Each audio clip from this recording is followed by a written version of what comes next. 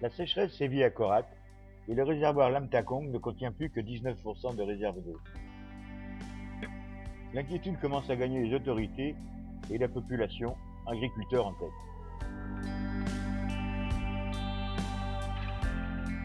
Il faut quelquefois se méfier des grands-pères.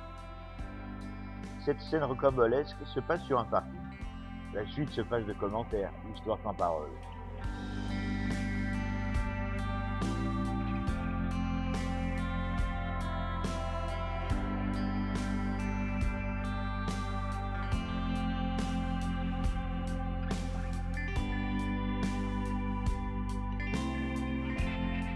Poum poum, servez chaud et bonne nuit, messieurs.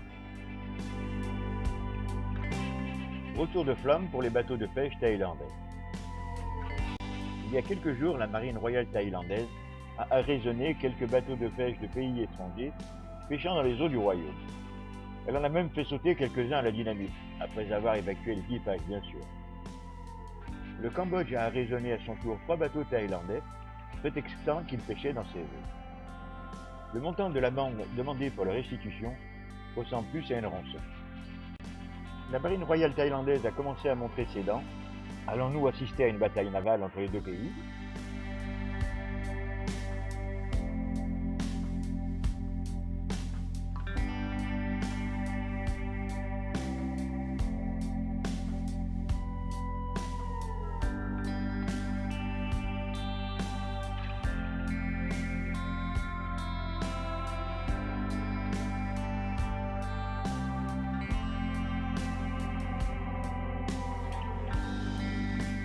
Coulage et corruption à haute densité sur l'île de Koh Phi Phi.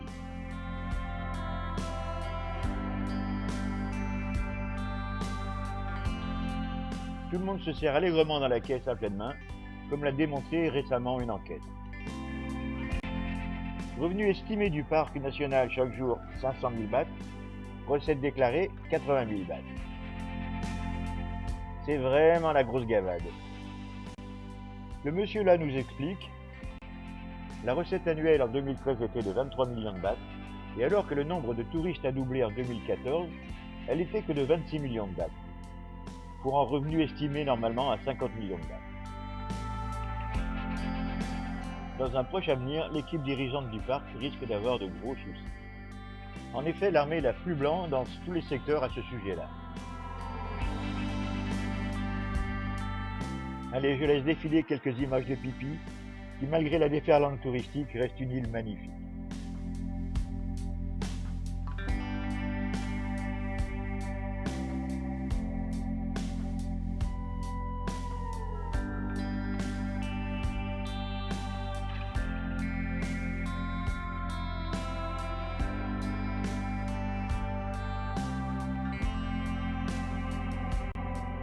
Le Premier ministre n'a pas dérogé à la tradition pour la journée de l'arbre. Il est venu planter le sien pour cette journée consacrée au reboisement de la Thaïlande.